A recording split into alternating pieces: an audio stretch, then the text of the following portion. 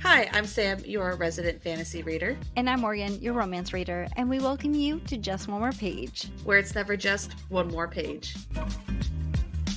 Happy Thanksgiving, or past Thanksgiving, Sam. Happy was Thanksgiving. Day after Thanksgiving. How was your Thanksgiving? I had 2 Thanksgivings, which was good because the turkey was undercooked for my first one, so I got turkey at my second one. Oh, no. Yeah, they took it out and it wasn't done enough. So luckily we have like pulled pork and stuff. So I mean there was plenty to eat. Like the turkey did not go like it wasn't missed at all. But it was all good food and a lot of good people. Unfortunately, like half the people we were around ended up being sick, and so now my baby and my husband are both sick. It does stink, but it's okay. Did I ever tell you about the time I hosted a Friendsgiving, and as a vegetarian who's been a vegetarian since I was 11, 12, I was like, I'm going to cook a turkey. And yes, I have a culinary degree and I know how to cook and bake. The whole process of making this turkey was a nightmare because my oven decided to break halfway through. So the oven kept turning off on me and it was a nightmare. And I got to like cutting the turkey and it was raw in the middle. And I was like, oh my God, no. So have you done any Black Friday shopping? A little bit on Amazon. I got Clayton some toys, and I bought Derek one thing already. I bought some stuff ahead of time, but I don't know. The Black Friday deals aren't what they used to be, and honestly, I know Cyber Monday is coming up, and I can do some pretty good shopping then. But then, like places like Bath and Body Works, like they're constantly doing $2.95 hands, so I kind of wait it out, and then like the things that I want to buy, I'll just wait till they go on like mega sale and just kind of keep my eye out for them, because Black Friday isn't like unnecessarily cheap. It would be like 85% off this laptop or like 90% off this. Like it was worth Black Friday shopping because you got a lot for a very small amount, and Black Friday is usually used to get rid of like inventory, but now it's not what it used to be. So well, there's also videos of people going like on TikTok, going to like places and then like looking at the sign, like behind the sale sign, and it's the same price. So there's not, like, I do agree, there's not any sale price, but I did get a really good sale today. Do you know where I went today? Well, you told me you went to that bookshop place. I went to a book warehouse. And Sam, can I just tell you about my experience right there? Oh my gosh. Okay. So if you guys don't know, there is a book warehouse and it was pretty popular on TikTok. Someone made a TikTok talking about it. And well, I think everyone and their mother saw the TikTok. All the books are 70% off. There's also like like when you go check out at Barnes and Noble, there's always those like little knickknacks. Those were there too. So there was like anything you can find at Barnes and Noble, you could probably find there. Like I went there and they make you sign a piece of paper, and on the piece of paper it'll say like, oh, where did you hear about us? And I quickly looked at everyone else's responses. Everything was TikTok. I was like, oh my God, I'm screwed. It's a huge warehouse. We tried walking in.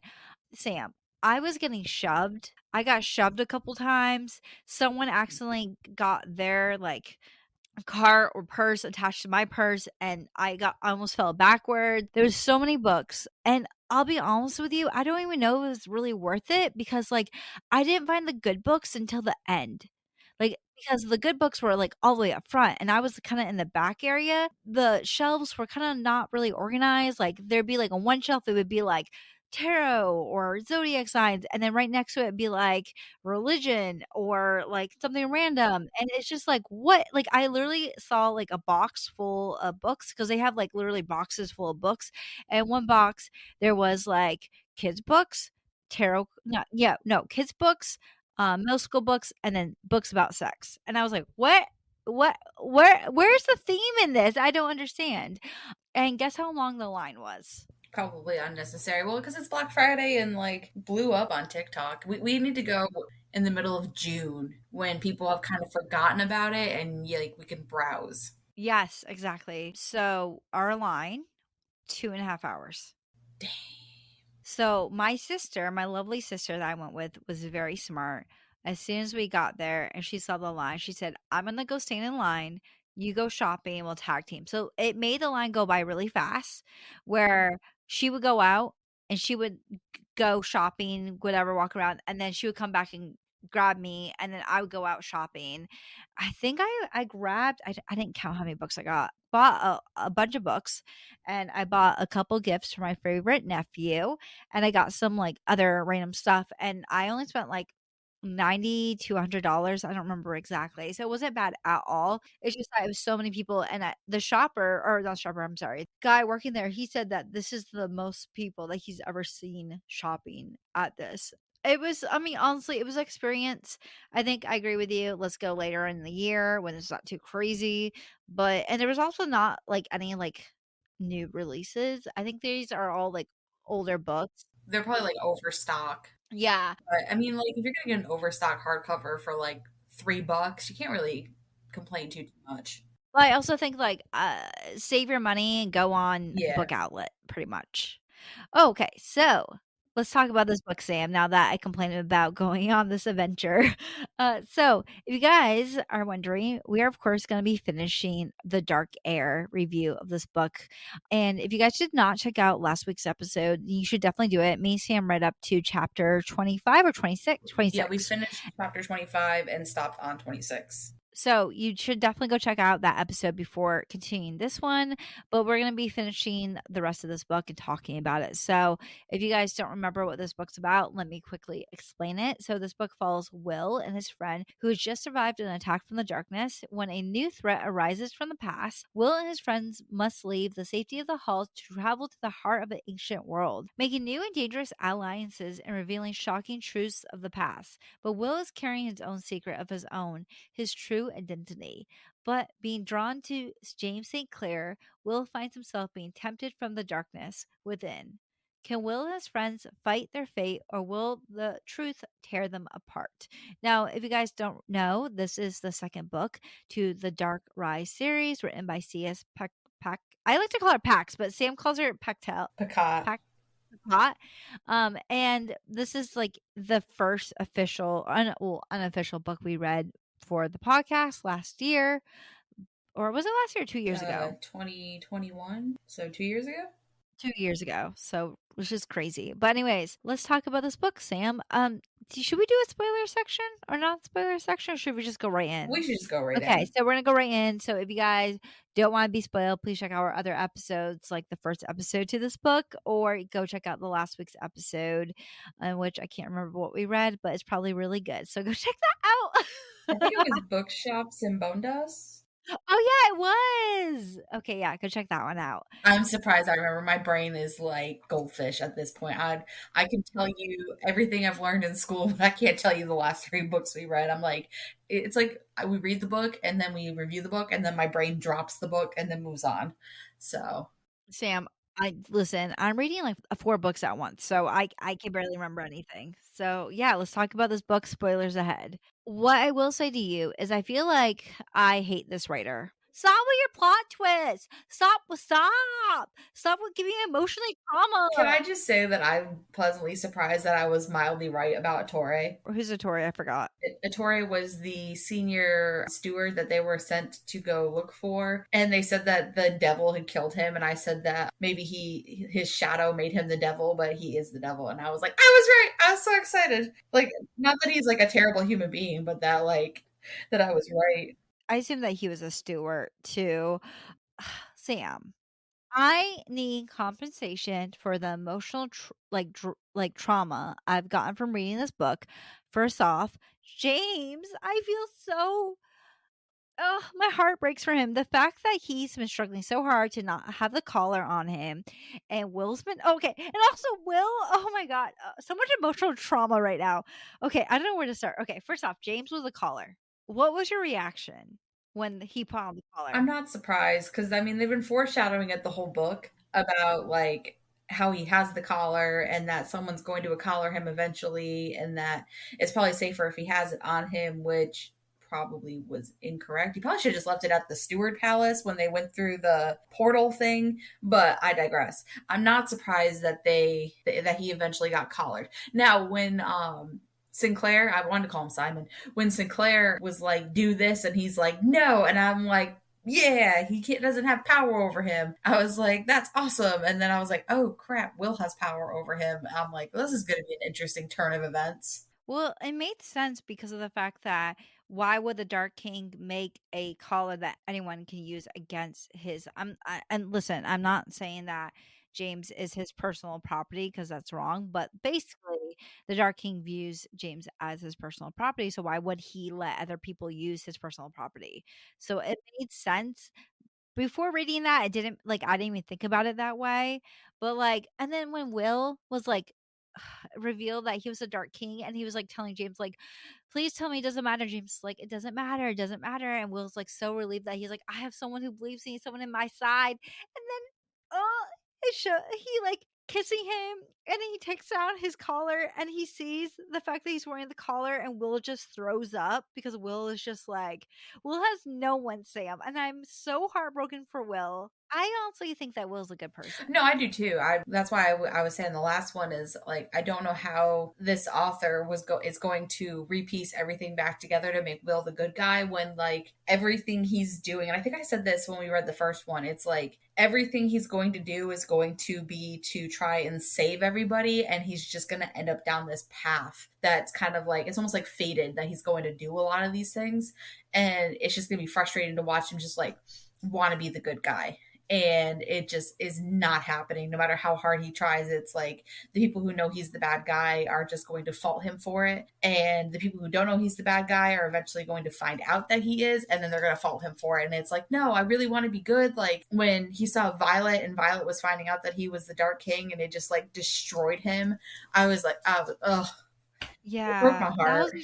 that whole situation was so frustrating too, because Will is in the Dark Palace, and shadows are gonna get, not shadows, but these monsters are coming out, and Will has the opportunity of going down and stopping it. When that's his goal, is to stop it, and he's so heartbroken that everyone knows that he is the Dark King, and when he goes down there, he's going down there to like to save everyone. And then stupid or Superior is like, I'm gonna come fight you, and Will's like, no, I'm trying to fix it. And then Superior breaks Yeah, the staff and is like, I did a good thing, but in reality he released all the he's like monsters. patting himself on the back, and it's like, nah, dude, you done fucked up. You're like, it's like, really, you're, and then Catherine, I listen, I want to throw Catherine off the cliff.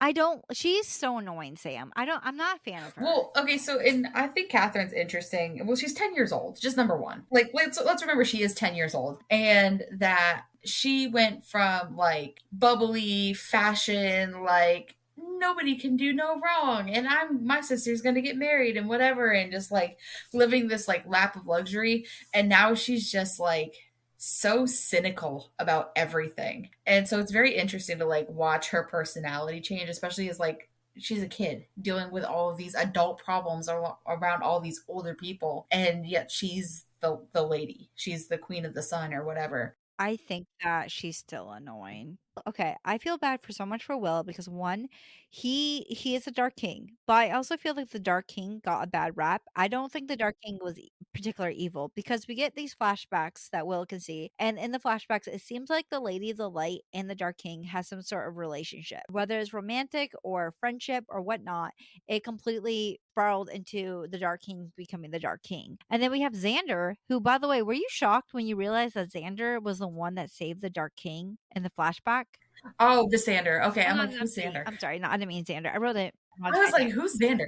Because I'm like, no, I'm like, wait, did I miss a character? Because there was a lot of people running around by the end of it. I was like, wait, this person's dead. We just met them 5 minutes ago. But no, that's it. I mean, I thought it was, I mean, it's interesting to watch like how they're all kind of like put together and pieced together. I'm interested about what's going to happen next. What did you think about her bringing back Tom? I forgot about Tom. Just to have him just like fall to the white death. I don't know. Like, I honestly had no emotional towards him. Like, I think that if he was a little bit more in the book, and yes, he does get mentioned though with Violet, because Violet, that's her big brother. Like, she obviously loves Tom a ton.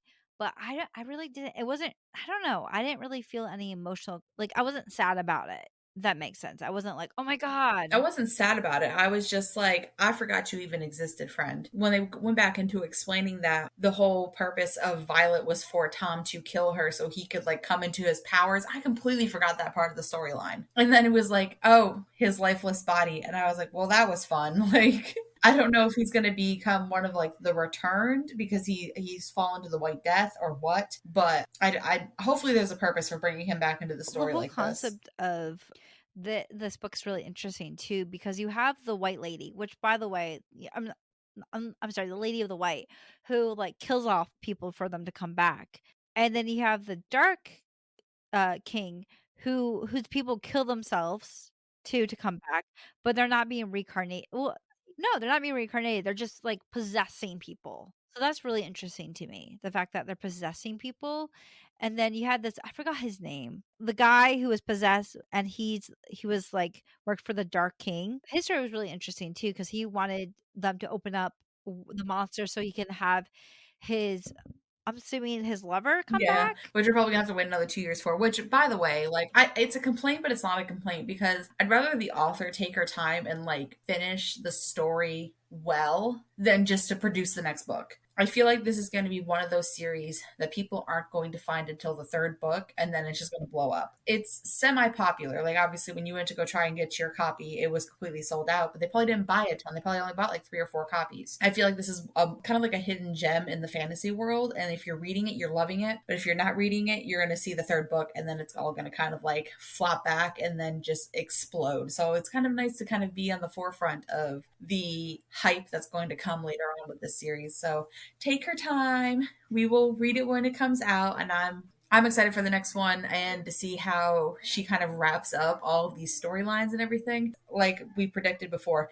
chaos. It's just chaos. Everybody hates Will. Will is distraught. He's lost everybody except he has James, but he doesn't really have James. And like, how's he gonna get the collar off? The collar can't come off unless he's dead. I think he's gonna kill himself. Do you think he's gonna kill himself and maybe like get like reincarnated again or like I also think because I was listening to other episodes we did on the first book. You said in the first book, you said you don't think the light is inherently good, and now I'm now standing with that. I don't think the light is good. I think there's more to the Dark King. I think that the Dark King got messed up because of the Lady of the Light. But I also think that I don't know. I am so frustrated with Catherine, but I also think that Will needs his friends. I think him not having his friends around him might cause him to spiral into darkness. But I'm excited to read the second or the third book. I'm sorry. But Sam, do you have a favorite character? I like Violet. I really do. I really like.